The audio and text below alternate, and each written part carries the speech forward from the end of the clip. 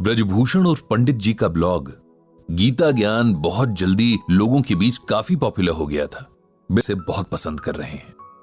ये ब्लॉग कोई उपदेश देने वाले बाबा जी के उपदेशों का कलेक्शन नहीं था, न ही किसी तरह के तंत्र मंत्र से आपके जीवन की प्रॉब्लम सॉल्व करने की गारंटी देने की बात कहता था।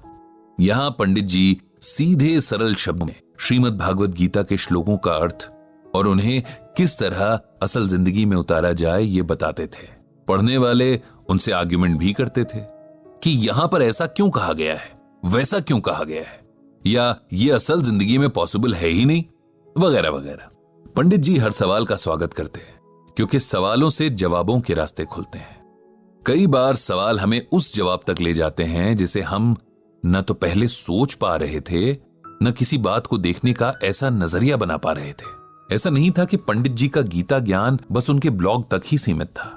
अभी भी अपने दोस्तों के बीच सुबह शाम की सैर या हर शाम पार्क में जमने वाली बैठक में वे कभी कभार स्पिरिचुअल डिबेट्स कर लेते थे।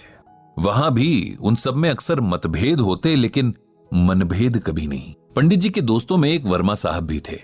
उनका शहर में खूब बड़ा कपड़ों का बिजनेस था जिसे अब उनके बेटे संभालते थे। वर्मा साहब ने तो अब खुद को पूजा पाठ और दान पुण्य तक ही सीमित कर लिया था। शहर की कोई धर्मशाला, कोई मंदिर, कोई सरकारी स्कूल ऐसा नहीं था जहां वर्मा साहब की दान की हुई कोई चीज ना हो। यह कैसे पता चलेगा कि कोई चीज वर्मा साहब ने दी है? तो उसके लिए वाटर कूलर, पंखे वगैरह दान की हुई चीजों पर हर दानी की तरह उसका नाम जो लिखा रहता था। रोज शाम की बैठक में वर्मा साहब अपने किए दान पुण्य की बातें करते।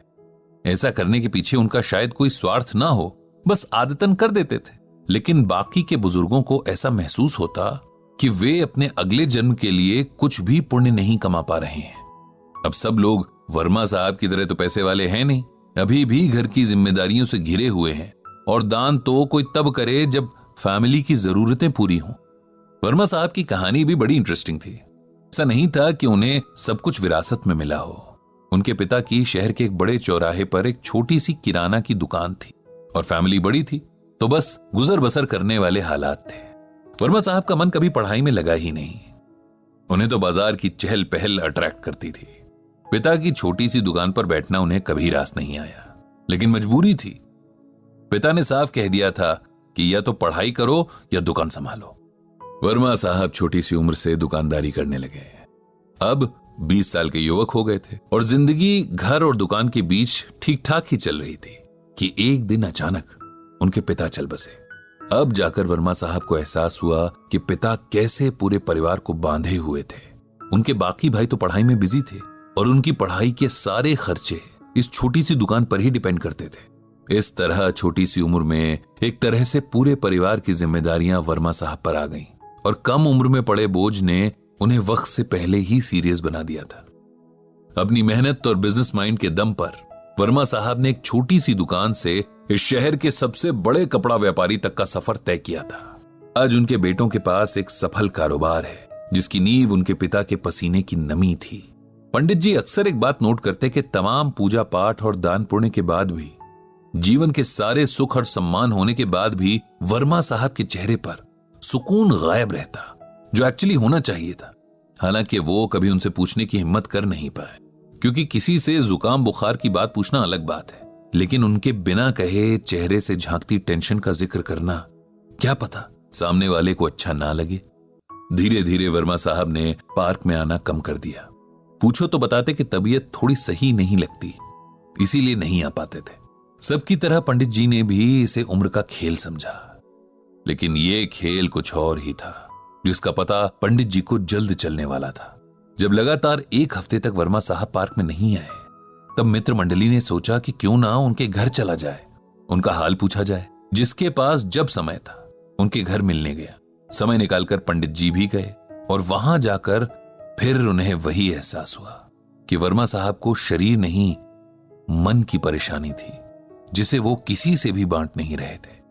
थोड़ा एकांत मिलने पर आखिर पंडित जी ने वर्मा साहब से पूछ ही लिया कि उनकी इस बेसुकूनी की वजह क्या है, क्यों हमेशा उनका मन अशांत सा लगता है। क्या इसके पीछे परिवार या कारोबार की कोई समस्या है? वर्मा साहब जैसे किसी के इस तरह के सवाल पूछने के इंतजार में ही थे। और पंडित जी के प्रति तो उनके मन में बड़ा सम्मान था ही।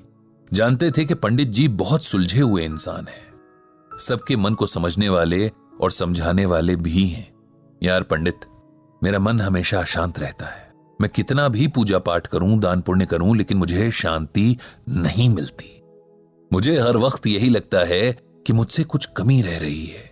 मेरी पूजा ईश्वर तक पहुंच नहीं रही है। मेरे दान मेरे अगले जन्मों के लिए पुण्य में नहीं बदल रहे हैं, और मैं सब कुछ करते हुए भी कुछ नहीं कर पा रहा हूं। पंडित जी ने एक लंबी सांस भरी और फिर गीता का ये श्लोक पढ़ा। विहाय कामान यह कर्वान पुमांश चरति निस्पृह निर्ममो निरहंकार स शांतिम अधिगच्छति।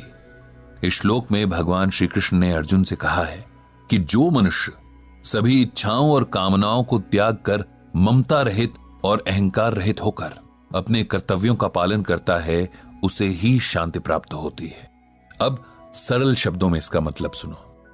जब हम कोई भी काम करते हैं, चाहे वो अपना रोजमर्रा का काम हो या किसी की मदद करने जैसा काम, यदि हम किसी भी तरह के स्वार्थ या अहंकार से भर कर करते हैं, तब हमें किसी भी तरह से उस काम का सुकून नहीं मिल पाता। अब जैसे हम किसी की मदद करना चाहते हैं, देखा जाए तो ये बहुत अच्छा विचार है, लेकिन इसके साथ ही हम ये भी सोचते हैं कि भाई हमारी वाहवाही हो, इस मदद या दान के बदले हमें पुण्य मिले, हमारे पाप कटें। तब हम निस्वार्थ भावना से दान नहीं कर रहे। इसीलिए हो सकता है कि हमें पुण्य तो मिल जाए लेकिन शांति न मिले। ये रूल जीवन के हर काम पर लागू होता है। अपने बच्चों को भी अपना इन्वेस्टमेंट नहीं समझना चाहिए कि आज हम इन्हें अच्छे से पालेंगे तो कल ये हमारी केयर करेंगे। उनकी अच्छी अपब्रिंगिंग यानी परवरिश हमारी ड्यूटी है। हम दान करते हैं क्योंकि हम काबिल हैं, लेकिन उसके बदले ये उम्मीद रखना कि इसके बदले हमारा प्रचार होगा, घमंड की निशानी है। और ईश्वर उस हृदय में वास नहीं करते जहां घमंड हो। इसी तरह उस हृदय में सुकून को भी जगह नहीं मिलती। अपना कोई काम करना, किसी की मदद करना हमारा फर्ज है, जिसे पूरा करना हर किसी की जिम्मेदारी है। इसके बदले कुछ मिलने की एक्सपेक्टेशन रखना गलत है। वर्मा साहब, आपने जीवन भर मेहनत की, आपको लगता है कि आपके परिवार को आपके प्रति थैंकफुल होना चाहिए। वे होंगे भी, लेकिन इस एहसान का शुक्रिया वे एक समय के बाद करना बंद कर देंगे। लेकिन आप उनसे हर समय ये सुनना चाहेंगे। ऐसा ना होने पर आपको दुख होगा, जबकि देखा जाए तो आपने किसी पर कोई एहसान नहीं किया। आपने जो किया वो परिवार के सदस्य होने के नाते आपकी रिस्पॉन्सिबिलिटी थी। हर कोई अपने परिवार और समाज के प्रति इसी तरह अपनी रिस्पॉन्सिबिलिटी निभाता है। आप पूजा पाठ करते हैं, ये भी उस भगवान के प्रति हमारा फर्ज ही है, जिसने हमें मनुष्य के रूप में जन्म दिया और इस धरती के सभी सुख भोगने का अवसर दिया। अपनी पूजा का प्रदर्शन करके भी हम उस सुख से हाथ धो बैठते हैं। इसीलिए कोई भी काम बिना घमंड और सेल्फिशनेस के किया जाना चाहिए, तब मन पर किसी तरह का बोझ नहीं होता। हम जानते हैं कि हमने अपना काम अच्छे से किया है, बाकी उसका फल जो भी मिले उसे ईश्वर और किस्मत पर छोड़ देना चाहिए। वर्मा साहब को अब समझ में आ रहा था कि कहीं ना कहीं उन्होंने आज तक जो भी किया उसमें उनका एक स्वार्थ जरूर रहा। लोगों द्वारा उनके एफर्ट्स को स्वीकारे जाने, उनका गुणगान किए जाने की इच्छा रही, और जब इसमें कहीं कोई कमी दिखी तो उनके मन का सुकून छिन गया।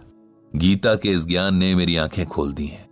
मुझे समझ आ गया है कि शांति की राह बिना किसी अहंकार और स्वार्थ के किए काम में है। उनके चेहरे पर अब थोड़ा सुकून झलकने लगा था। देर आए दुरुस्त आए वाला सुकून। पंडित जी भी खुश थे कि आज गीता ज्ञान के कारण एक और मन को जीवन का सही रास्ता मिल गया। उन्होंने मन ही मन भगवान श्री कृष्ण और श्रीमद् भागवत गीता को प्रणाम किया और मुस्कुराते हुए अपने घर की ओर निकल पड़े।